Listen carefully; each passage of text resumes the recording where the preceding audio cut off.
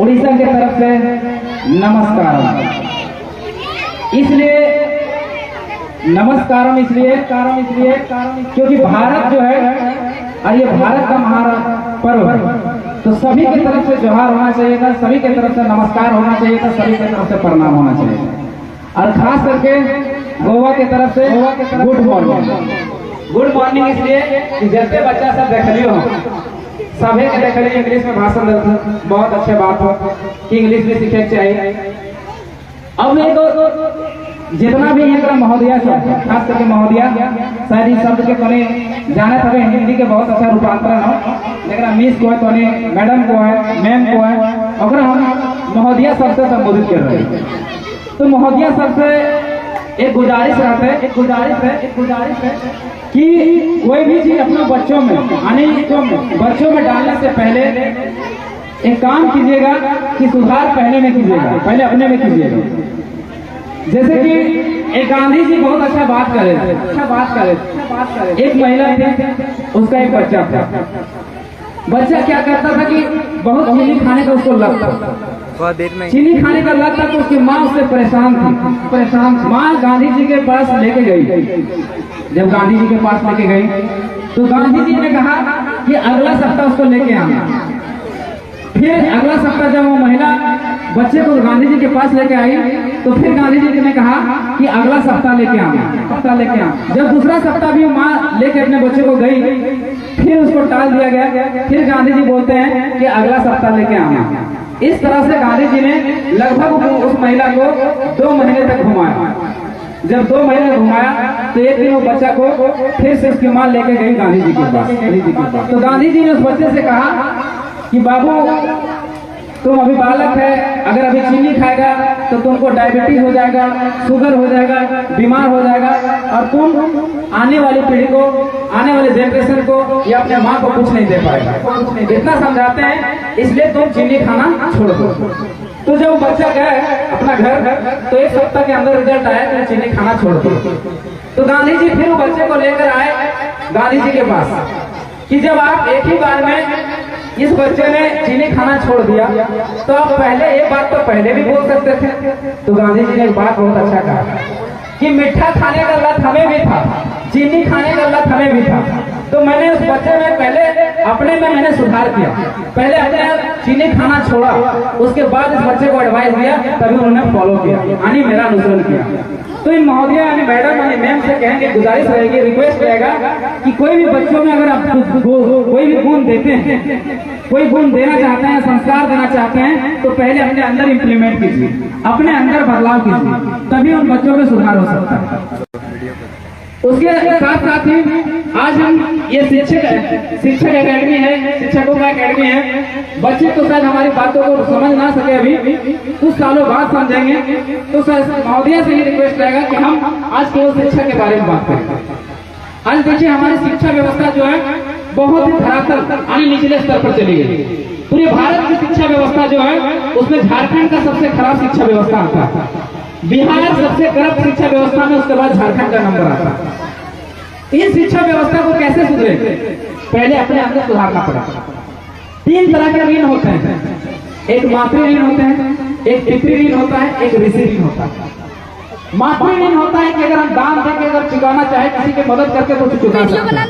पितृ ऋण होता है कि हम वंश को बढ़ा के हम चुका सकते हैं। लेकिन जो ऋषि ऋण होता है जिसको हम गुरु ऋण भी बोलते हैं, इस ऋण को कैसे चुकाया जाता है? इस ऋण को चुकाने का एक ही मकसद, एक ही है, क्या है कि आपके अंदर जो ज्ञान है, जो शिक्षा है, उस शिक्षा को आप अगले पीढ़ी में, अगले जनरेशन में दें, तभी वो ऋण चुक पाएगा।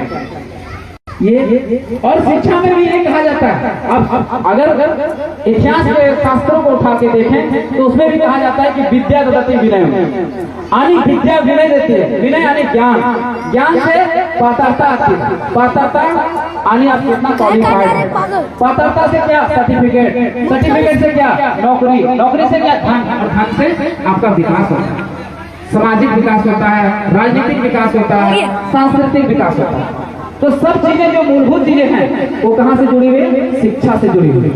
तो जितने भी गार्जियन आए हुए, जितने भी गार्जियन हमारी बातों को सुन रहे हैं, अगर आपके पास खाने का नहीं है तो एक टाइम भूखा रहे, अगर पहनने का नहीं है है तो बोरा पहन कर रहेंगे, अगर सोने का नहीं है तो जमीन में सो रहेंगे, लेकिन अपने बच्चों को पढ़ाइए चाहिए। तभी हमारा झारखंड सुधरेगा, तभी हमारा भारत बदलेगा। अगर झारखंड को सुधारना है, भारत को बदलना है, तो सबसे पहले अपने घर से शुरुआत करना पड़ेगा। और सबसे पहला जो इसमें हम नहीं कह रहे, संविधान का आर्टिकल अनुच्छेद 21 का क कहता है कि हर बच्चे को फंडामेंटल राइट है, मौलिक अधिकार है, 6 से 14 साल के बच्चे को पढ़ने का अधिकार है, उसको निःशुल्क और गुणवत्तापूर्ण शिक्षा मिलना चाहिए। लेकिन आज झारखंड में दुर्भाग्य की बात है कि मिल नहीं रही।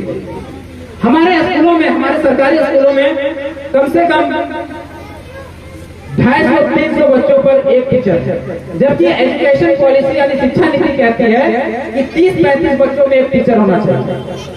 हमारा बच्चा कैसे पढ़ रहा है? जहां हमें थमाना चाहिए था प्लेट, वहां थमा दिया प्लेट, बच्चा पढ़ेगा कैसे? आपके बाल बच्चे क्या कर रहे हैं? आपके बाल बच्चे गोरखी कर रहे हैं, बकरी चला रहे हैं, मुर्गी चला रहे हैं। और नेताओं के बच्चे कहाँ पढ़ रहे हैं? हार्वर्ड यूनिवर्सिटी में, कैम्ब्रिज यूनिवर्सिटी में, लंदन में, मुंबई में, दिल्ली में जाकर स्टडी कर रहे हैं। तो उसके बच्चे और दिनों दिन प्रोग्रेस कर रहे हैं, लेकिन आपके बच्चे कहाँ जा रहे हैं? गोरखी करने, छेगरी टेकने। तो वो चीजें कैसे सुधरेगी? पहले अपने अंदर बदलाव करना। हम नेता को जो बेटा है उसका तो भविष्य बना देते हैं, लेकिन अपना बेटा बेटी का भविष्य नहीं बना पाते। तो सबसे पहले अपने बाल बच्चों का भविष्य बनाने के लिए सबसे पहले हम लोग को शिक्षा देना पड़ेगा, क्वालिटी, गुणवत्तापूर्ण शिक्षा देना पड़ेगा। गुणवत्तापूर्ण शिक्षा कैसे? सरकारी स्कूल आज हमारा पूरा कंडम स्थिति में, जर्जर स्थिति में, वहाँ शिक्षा मिल नहीं पा रहा। तो जो भी छोटा मोटा प्राइवेट स्कूल है, उन स्कूलों में अपने बच्चों को पढ़ा कर, नहीं अगर है सुविधा तो सरकारी में पढ़ाइए, अगर नहीं सुविधा है तो जैसे भी हो, जिस कीमत पर भी हो, उसको पढ़ाइए जरूर। तभी हमारा झारखंड बदलेगा, तभी हमारा देश बदलेगा, तभी हमारा ये पहला सुधार करना पड़ेगा। दूसरा सुधार, आज हम भारत में अगर संविधान की बात करते हैं, अगर प्रस्तावना की बात करते हैं, तो उसमें सबसे पहले आता है कि सामाजिक समानता, आर्थिक न्याय, राजनीतिक न्याय। क्या आर्थिक समानता है इस देश में? नहीं। क्या सामाजिक न्याय है? सामाजिक समानता है? नहीं। सामाजिक समानता क्या? छुआछूत नहीं होना चाहिए, भेदभाव नहीं होना चाहिए। एक नेता का बेटा अगर हार्वर्ड यूनिवर्सिटी पढ़ा है, तो एक गरीब मजदूर किसान का बेटा भी हार्वर्ड यूनिवर्सिटी पढ़ रहा है। क्या पढ़ रहा है? नहीं। तो ये समानता होनी चाहिए। ये समानता कैसे आएगी? जब हम पढ़ेंगे, हमारे बच्चे पढ़ेंगे। तो अंतिम 2 लाइन के साथ हमें बातों का अंत करेंगे कि गुलामी की जंजीर अब तो हथेली से कटनी चाहिए। गुलामी की जंजीर अब तो हथेली से कटनी चाहिए। राज्य की दशा अब तो बदलनी चाहिए। जो बच गई है उंगली, वो तो अब हिलनी चाहिए। जो बच गई होंगी वो तो हिलनी चाहिए। देश की दशा अब तो बदलनी चाहिए। कट रही है गर्दन तो अफसोस काहे ना हो, कट रही है गर्दन तो अफसोस काहे ना हो, देश की दशा अफसोस हो। आगे कहते हैं नीतीश कुमार कि खून से पहले तो स्याही निकल जाए, खून से पहले